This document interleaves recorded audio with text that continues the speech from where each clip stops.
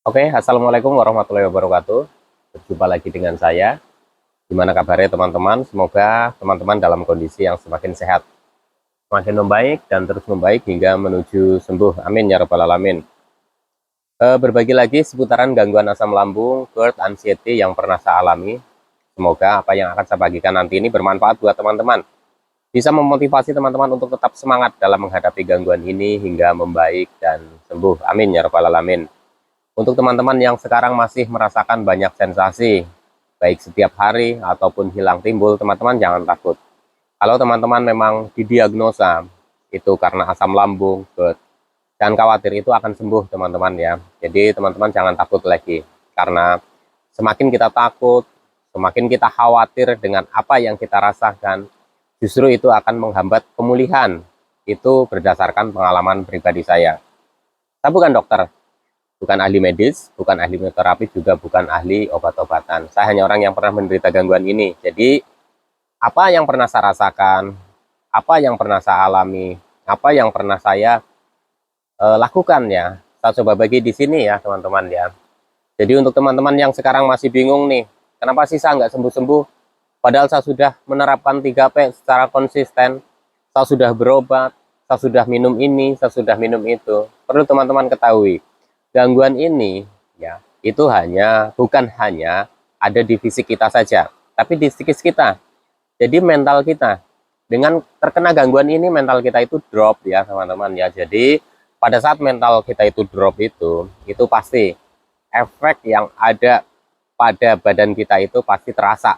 Contoh misalkan kita mudah ngos-ngosan, mudah lemes, pusing, geliyengan, telinga berdenging, mata buram, pokoknya banyak sekali. Dari ujung kaki sampai dengan ujung kepala, sensasi dari asam lambung, GERD, anxiety itu hampir setiap hari pasti dirasakan. Saya dulu merasakan seperti itu. Sampai benar-benar saya itu bisa dibilang itu frustasi ya. Jadi tambah frustasi.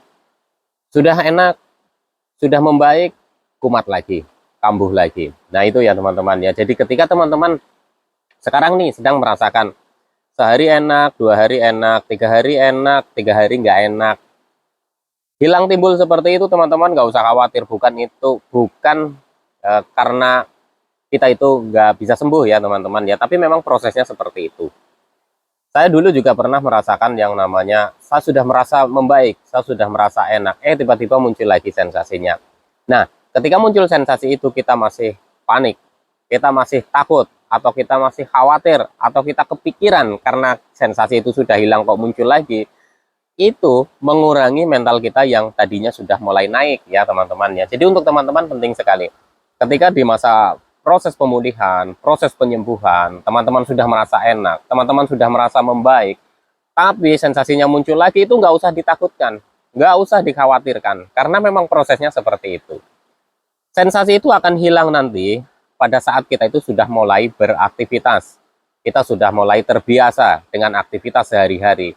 Walaupun aktivitas itu masih terbatas. Dan teman-teman perlu ketahui, untuk teman-teman yang sudah bisa beraktivitas, jangan terlalu ngoyo, jangan terlalu forsir. Karena apa?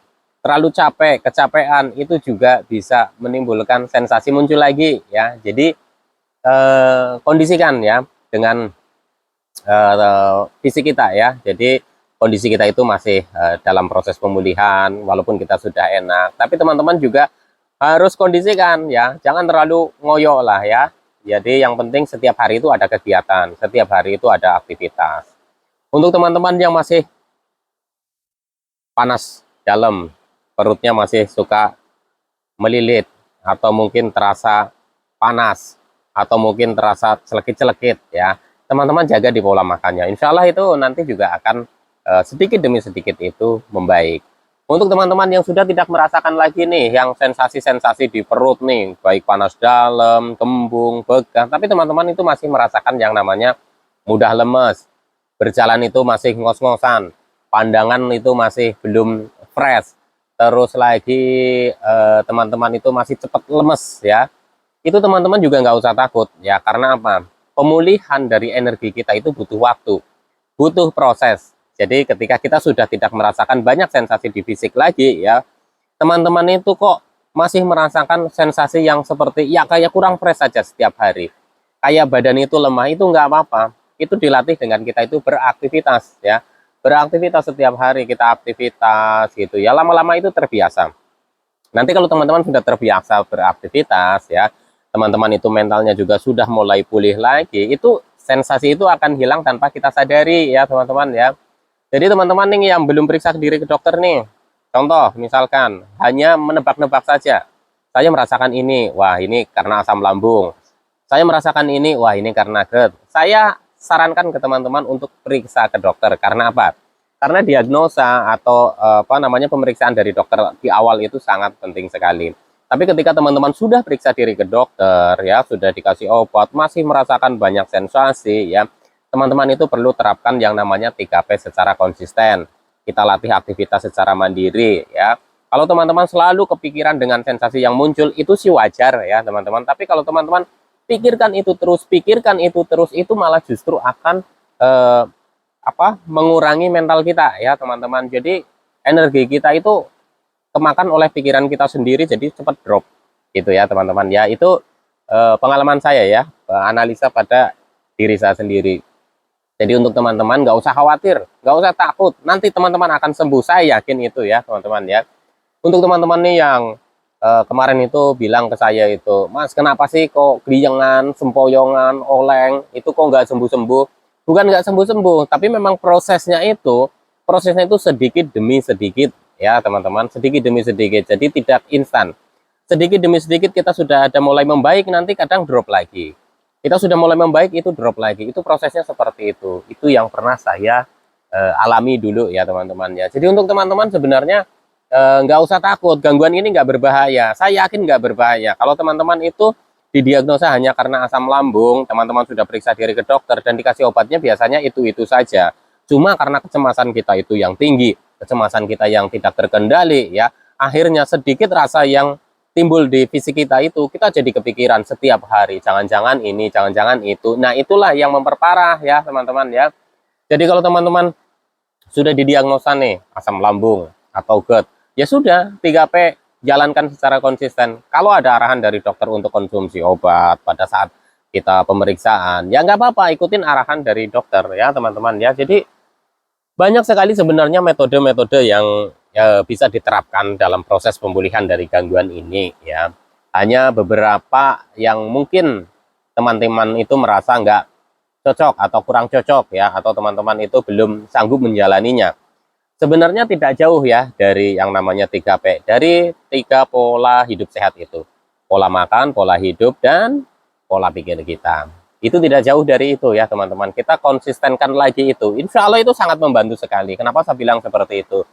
Bisa dibilang itu orang-orang yang terkena gangguan ini itu ya sembuhnya ya, ketika sudah sembuh pasti menjalankan 3P ya. Saya yakin sekali itu pasti menjalankan 3P. Karena pengalaman saya dulu itu, awal-awal itu saya selalu mencarinya obat. Obat mana yang ampuh, herbal mana yang ampuh, atau alternatif mana yang ampuh, atau dokter mana yang bagus, itu selalunya seperti itu. Tapi kita lupakan yang namanya pola hidup sehatnya ya teman-teman ya. Jadi itu penting sekali. Pola hidup sehat 3P itu menurut saya itu sudah wajib sekali. Dan itu bukan ya, sekali lagi ya teman-teman, menurut saya itu bukan suatu kegiatan, bukan suatu kegiatan yang hasilnya itu langsung instan gitu ya. Tapi dengan 3P itu hasilnya itu sedikit demi sedikit. Jadi tidak bisa dipatok dengan saya menjalankan 3P itu sudah 1 minggu atau 2 minggu atau 3 minggu, 1 bulan atau 1 tahun, kok belum sembuh-sembuh. Bukan seperti itu ya teman-teman. Akan tetapi itu harus dilakukan setiap hari dalam proses penyembuhan ya. Jadi sembuhnya masing-masing orang itu kan berbeda ya. Bagaimana kita itu kembali memulihkan mental kita, itu masing-masing orang kan punya kemampuan yang berbeda-beda ya. Jadi ada beberapa faktor pemicunya. Ketika kita sudah membaik, kita sudah enak, terus kambuh lagi, itu kan bisa karena beban pikiran kita. Sedangkan beban pikiran masing-masing orang itu berbeda-beda ya teman-teman ya. Ada yang berat, ada yang ringan, ada yang sedang gitu ya. Jadi untuk memulihkan mental kita itu yang drop karena kita itu kepikiran terus dengan sakit ini, itu butuh waktu, butuh proses. Nah, 3P ini ya teman-teman, itu harus dijalankan setiap hari. Itu menurut saya itu seperti itu ya teman-teman. Sekali lagi, teman-teman itu nggak usah khawatir. Gangguan ini bisa sembuh dan saya yakin sekali teman-teman juga akan sembuh. Tetap semangat ya. Insya Allah nanti teman-teman juga akan membaik dan sembuh. Saya mau live ya teman-teman, tadi bikin video singkat dulu. Oke, tetap semangat, salam sehat jasmani dan rohani. Wassalamualaikum warahmatullahi wabarakatuh.